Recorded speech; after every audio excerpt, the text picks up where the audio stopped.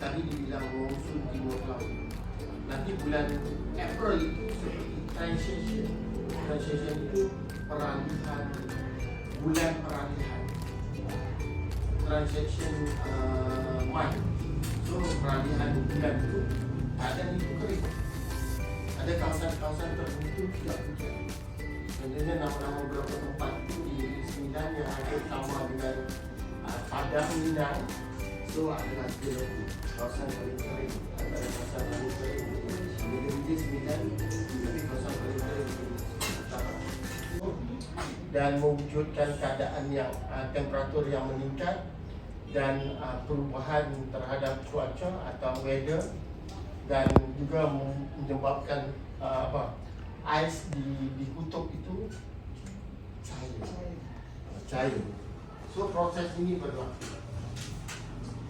Okay. So ada banyak documentation yang krisis climate change ini yang sebenarnya juga bisa dirujuk bagaimana dalam internasional dan krisis multiple layer berlaku, dan juga banyak bukan menyatakan tetapi membuktikan di akhbar. Ini sahabat saya juga, di Malaysia, yang juga kalau merujuk tentang climate change, anda bisa Google tentang IPCC. IPCC ini adalah United Nations dunia yang akan mempunyai documentation tentang sebab berlakunya climate change, kemudian apakah langkah adaptasi, mitigation dan adaptation, dan siapa yang terlibat. So intergovernmental panel and climate change. Okay, so mereka ini akan terlibat tentang bagaimana menangani perubahan iklim yang membawa kepada melihat bagaimana climate change itu membawa kepada berlakunya bencana, sama ada banjir atau hujan, atau juga disebabkan oleh ribut taufan. Okey, yang mungkin tidak berlaku di Malaysia, Indonesia, tetapi berlaku di mana? Filipina, Korea, Jepun dan Amerika, yang ada tornado sama hurricane. Okey, contohnya punya ribut Katarina. Okey, ini contoh-contohnya. Sebenarnya sudah ada. Cuma bila ada industri, dia membawa peningkatan CO2. Kenapa CO2 meningkat? Perubahan iklim berlaku. Siapa boleh jawab? Kerana CO2 ini fungsinya apa? Functionnya apa? The function of CO2, dia seperti menyerap, menarik semua karbon. Okay. Karbon itu, ini permukaan bumi, ini CO2, ini industri, so mengeluarkan CO2, kemudian CO2 itu seperti berada di atas ini, kan? So dia mengambil semua haba ini, kemudian malam bumi kita haba itu tidak naik ke atas. So kita menjadi panas, menjadi semakin panas malam, kan? So bumi itu CO2 ini seperti mengumpul haba di lapisan troposfera dan stratosfera. Kan lapisan atmosfera itu kan? Troposfera dan stratosfera menjadikan bumi kita ini sentiasa panas. Macam pakai heater itu. Kan kalau musim dingin kan, kita kan pakai heater. Kalau negara barat pakai heater. Ni kita sudah panas, negara kita panas, kemudian umpama heater lagi. Wah, panas itu. Dan bukan pakai ini aircon, itu rasa panas. So greenhouse gases ini dipengaruhi dan berubah. So yang seterusnya adalah intense pollution, polusi, bahan-bahan polusi. So bila anda menulis essay nanti, pastinya anda perlu tulis geografi itu yang sebenarnya mudah, kerana dia ada beberapa filosofi. Pertama, bila kita sebut industri, pollution. Pollution. Di mana pollution itu? bila pollution itu berlaku, mengapa pollution itu berlaku, dan bagaimana berlaku, di mana dia berlaku. So bila kita menulis esei itu, kalau kita ikut 6 perkara ini atau 5 perkara ini, kita menghasilkan esei yang baik. Katanya kita ambil awal. Macam-macam. Masa Malaysia. Tidak apa-apa, baca. Ya, nggak apa-apa. Karena Belanda mengatasi aliran air dengan kincir angin polder dengan cara kerjanya memompa air keluar dari rawa dan menciptakan polder atau peta lahan kering sekitar 3.000 polder yang dikelilingi tanggul dibuat kala itu. Ya. Kenapa Belanda tidak panggil? Dia ada kincir air dan air itu dialirkan, dipindahkan memasuki jaluran apa? Terusan ni. Bukan sungai, tetapi aliran seperti ada sebesar ruang ini. 3.000 keluarga. So air bisa lalu, semua air laut ini bisa masuk dan di sini di bandarnya seperti ada air ni, bisa kemana-mana ada air. Dan bot kecil bisa lalu. Bukan saja sampan tapi bot bisa lalu.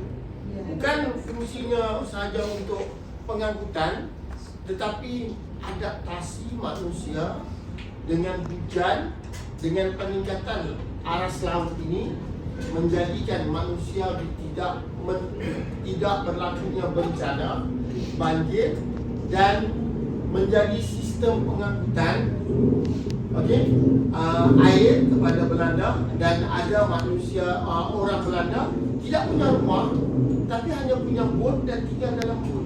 Umpama anda tinggal dalam bot, tidur dalam bot, makan di luar, malam tinggal dalam bot di tepi sungai atau terusan tadi. Kan anda bisa google nanti. Terusan di Amsterdam. Dia tinggal dalam bot. Saya pergi Amsterdam, dia tidak punya rumah tapi punya bot saja. Sama ada bot besar atau bot yang kecil, maka anda tidak perlu rumah, tinggal dalam bot. Mau? Mungkin tidak. Kita punya tempat yang luas, tapi itu berlaku. Dia tinggal dalam bot. Agak kering tapi hujan lebih sedikit, tapi di timur itu kering.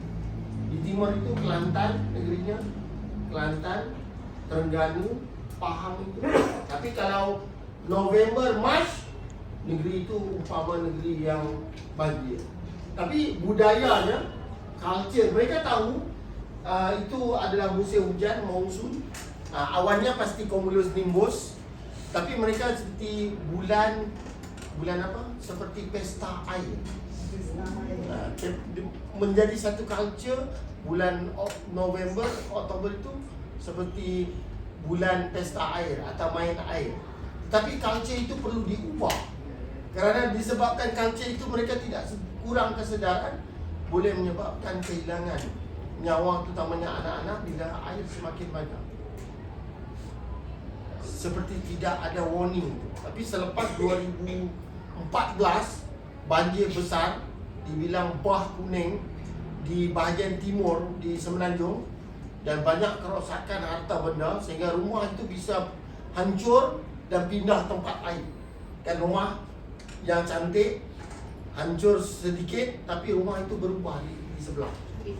Pindah air memindahkan, hanya tinggal di depan saja mungkin. So menjadi satu bencana. Itu menjadikan mereka sedar. Dan sekarang kebanyakan beberapa kawasan sungai atau beberapa kawasan penting telah dipasang automatic siren. Seperti ada bunyi yang memberi amaran. Di Indonesia juga banyak saya rasa. Itu bagi keadaan gempa yang berlaku di kawasan tertentu. Duta kecil kepada masyarakat menjelaskan proses yang mungkin mereka tidak pelajari secara secara detail atau secara mendalam, tapi kita cuba menjelaskan.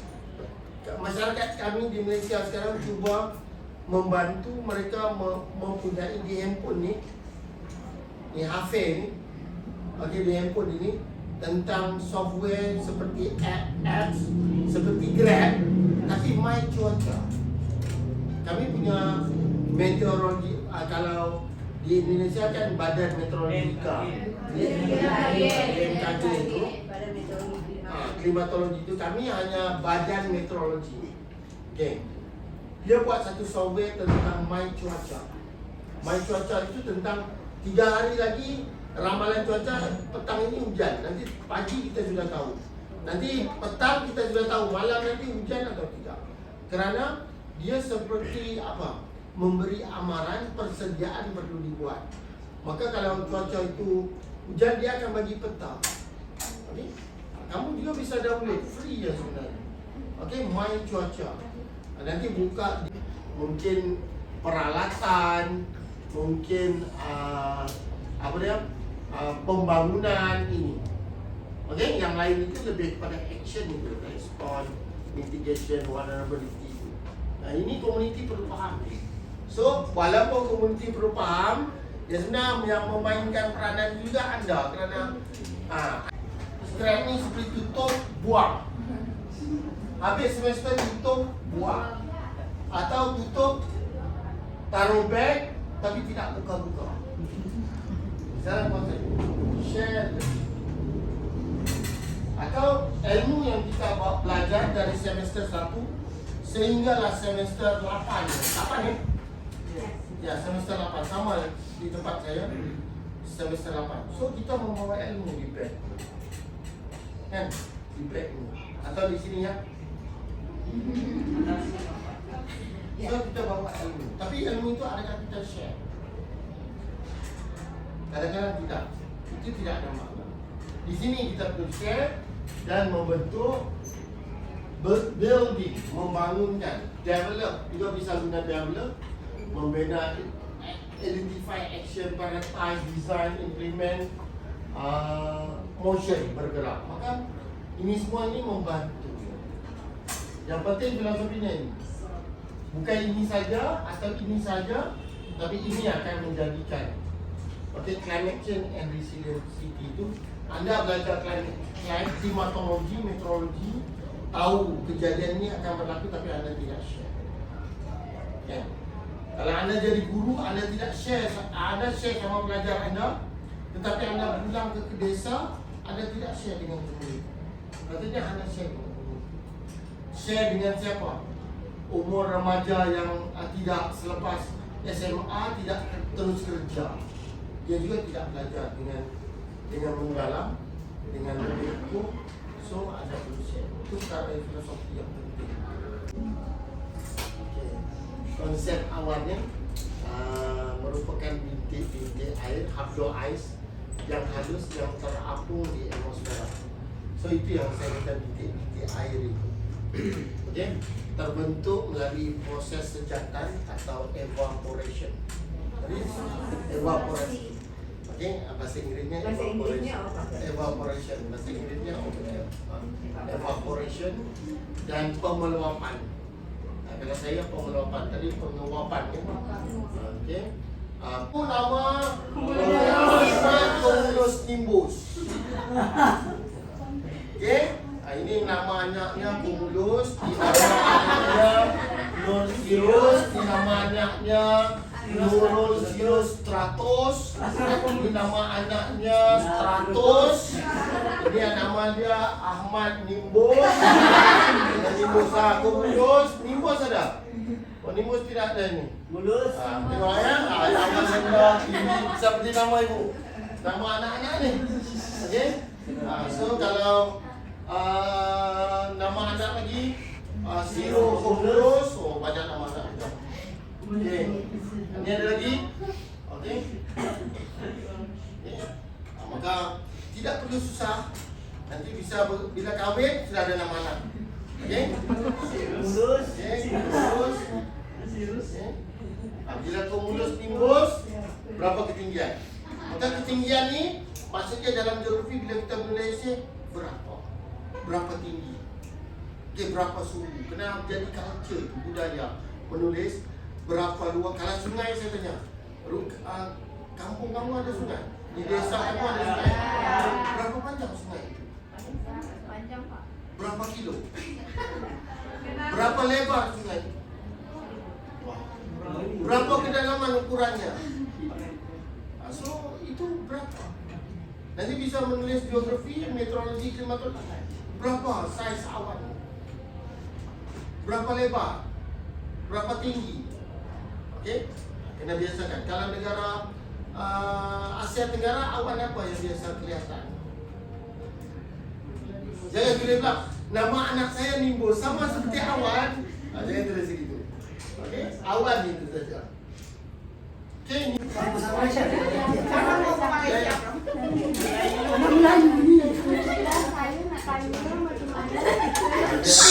Saya nak tanya bagaimana kita sebagai pelajar jelaskan kepada komuniti yang langsung tak tahu bahawa perubahan iklim boleh menjejaskan kehidupan kita. Okay. So kebanyakan komuniti ini mereka tidak mempelajari tentang klimatologi. That's why apa yang saya buat sekarang, mahasiswa saya contoh, saya buat climate camp. Climate camp, mahasiswa pergi di sekolah dan juga ada melibatkan komuniti dan kita buat aktiviti yang terkait tentang klimatologi. Contoh, mahasiswa saya yang pendidikan, saya yang bersama komuniti itu maksudnya bersama anak-anak di sekolah di kawasan desa. Contohnya buat inovasi terhadap, contohnya buat solar box. Kita buat solar box dan kita bawa kepada sekolah-sekolah di desa dan nanti anak-anak itu akan berbicara sama bapaknya, ibunya dan juga membawa komuniti terlibat sama bagaimana solar box itu yang sebenarnya menjelaskan tentang function of matahari. At the same time kita learning share dengan komuniti tentang betapa pentingnya solar matahari. Tapi ketika kalau kita tidak menjaga tentang air pollution, mungkin lapisan ozon itu berkurangan, kita menjadi semakin panas. Mungkin menjadi semakin panas memberi kesan terhadap penanaman padi contoh atau tanaman-tanaman lain. Tapi solar box itu yang sebenarnya kita mempelajari bagaimana function of sun untuk membawa generate energy untuk kita memasak atau membuat sesuatu. So proses setiap grup, ketika ada banyak grup dalam climate camp itu kita membawa pelbagai inovasi yang mungkin juga ada buat model bagaimana asap itu bergerak contohnya. So ini menjadikan mereka memahami tentang proses tersebut kerana kita mendekati mereka. Kamu jangan tunggu hingga mereka mendekati kita. Mereka tidak akan mendekati kita. Kita perlu mendekati kelompok-kelompok atau himpunan desa itu yang nanti yang terkait tentang climate. Dan mungkin kita juga perlu menjelaskan musim-musim tadi hujan, ketika kekeringan, proses-proses tertentu mengapa boleh membawa kesan terhadap petani terutamanya yang tergugat nanti atau terkesan tentang perubahan iklim. So kena buat aktiviti atau program bersama komuniti. Tapi yang buat itu kita, bukan menunggu badan meteorologika atau komuniti itu mengundang kita. Tapi kita perlu seperti membuat aktiviti seperti pengabdian masyarakat, tapi tidak sepenuhnya mungkin pergi hari ini pulang esok, tapi ada aktiviti klimatologi bersama komuniti. Baiklah, saya bahasa Indonesia aja. Ya bisa. Bahasa Malaysia kayak ibu-ibu. Ya, dia tidak apa-apa. Atau bahasa Inggris boleh juga. Tidak bisa. Baiklah, perkenalkan nama saya Hadia Froza. Saya ingin bertanya kepada Abro. Pertanyaannya yaitu, kenapa kan di Indonesia iklimnya itu kan kalau musim hujan terjadi pada bulan November, Desember, Oktober. Kan di situ kan banyak awan cumulus. Kenapa tidak terjadi awan itu pada bulan seperti Februari, Maret, dan April? Sekian dari saya. Terima kasih. Oke, kalau kita lihat tentang Asia Tenggara, laluan angin itu ketika monsun timur laut datangnya daripada selatan Cina, so dia turun daripada selatan Cina turun ke semenanjung Malaysia dan melalui sedikit bahagian tengah Sumatera. So itu menjadi satu cycle laluan angin itu yang membawa banyak air yang membawa kepada hujan di kawasan pantai timur Semenanjung dan melalui kawasan Sumatera. Itu yang November hingga Mac, awal Mac. Tapi selanjutnya awal Februari atau pertengahan Januari sudah kurang hujan. Tapi hujan itu mula bulan Oktober. Kenapa kali ini lebih kerap hujan? Ia juga dipengaruhi oleh proses El Nino dan La Nina. Sekarang ini yang kerap hujan ini adalah kalau dijelaskan, kalau Badan Meteorologi Malaysia dijelaskan bahawa kita terkait tentang proses La Nina yang lebih banyak hujan kesan daripada pengaruh arus laut. Okey. Selain itu, kenapa tidak bulan Februari? Kerana luruan di China, di bahagian China itu yang membawa angin sejuk itu dan bab air yang banyak itu berkurangan pada bulan Februari, April dan Mei. So menjadikan kawasan-kawasan di Sumatera termasuk kawasan-kawasan di Semenanjung di kawasan pantai timur itu kurang dan sebenarnya hanya sedikit hujan. Adalah proses angin, luruan angin yang datangnya daripada selatan China itu, di atas selatan China itu turun ke bawah melalui Semenanjung dan Sumatera. So di bulan Mei dia berkurangan kerana luruan angin itu berkurangan. Namun kita dapat lihat pada sekitar tahun bila 1998 atau tahun 2000 dulu ada El Nino. El Nino ini selalunya dia datang ketika bulan April, Jun, Julai itu sekitar itu, dan akhirnya kekeringan berlaku termasuk di Malaysia dan Sumatera. Kerana itu ketika itu orang membakar hutan dan isu jerubu itu berlaku kerana kurangnya hujan. Pengaruh El Nino sudah membawa pada keadaan kekeringan pada bulan tersebut. Maka kali ini ada pengaruh La Nina. La Nina ni membawa hujan, El Nino membawa kekeringan, kemarau. So walaupun proses kejadian monsun itu tetap berlaku, tetapi El Nino itu akan mempengaruhi. Cuma kuat atau tidak. Kali ini La Nina itu akan. Sekarang La Nina.